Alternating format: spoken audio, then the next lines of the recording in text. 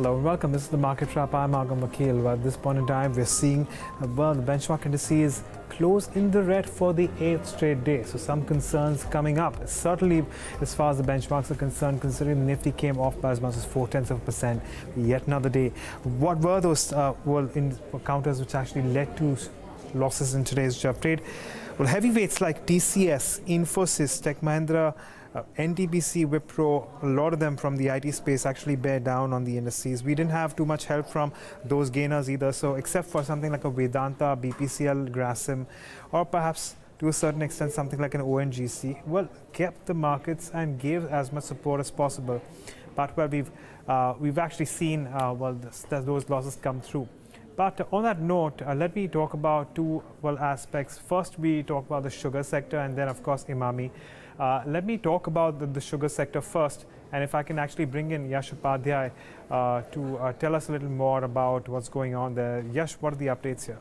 Right, so a couple of positive news coming in over the last week or so.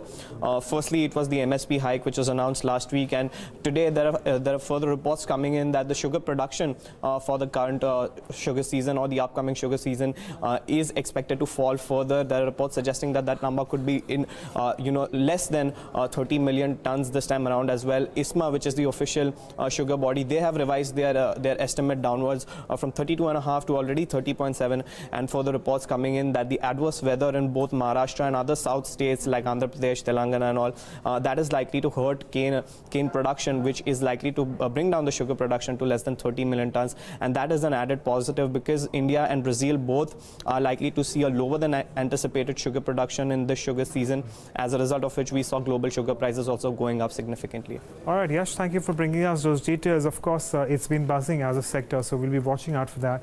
And finally, let's also talk about Emami, which actually advanced in trade by as much as 7.5–8% today.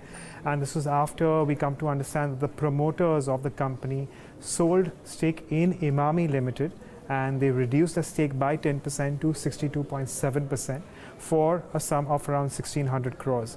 In terms of many institutions, a few of them which bought into these shares was State Bank of India's mutual fund, L&T Mutual Fund, Amundai, among many others, which actually moved ahead and bought stake. Now, according to the promoters, the suggestion was that the reason why they sold stake was to raise funds so as to reduce debt on the group level, where there have been assets in the cement as well as the solar power sector, and these are some of those debt levels that they needed to come off to quite an extent.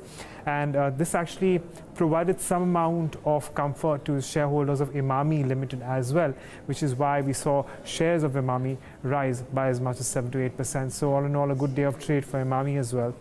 And on the whole, it's been a mixed day of trade, and we're going to continue to keep an eye on the broader markets as well. And on that note, it's a wrap on the markets, but lots more lined up. Stay tuned to Bloomberg.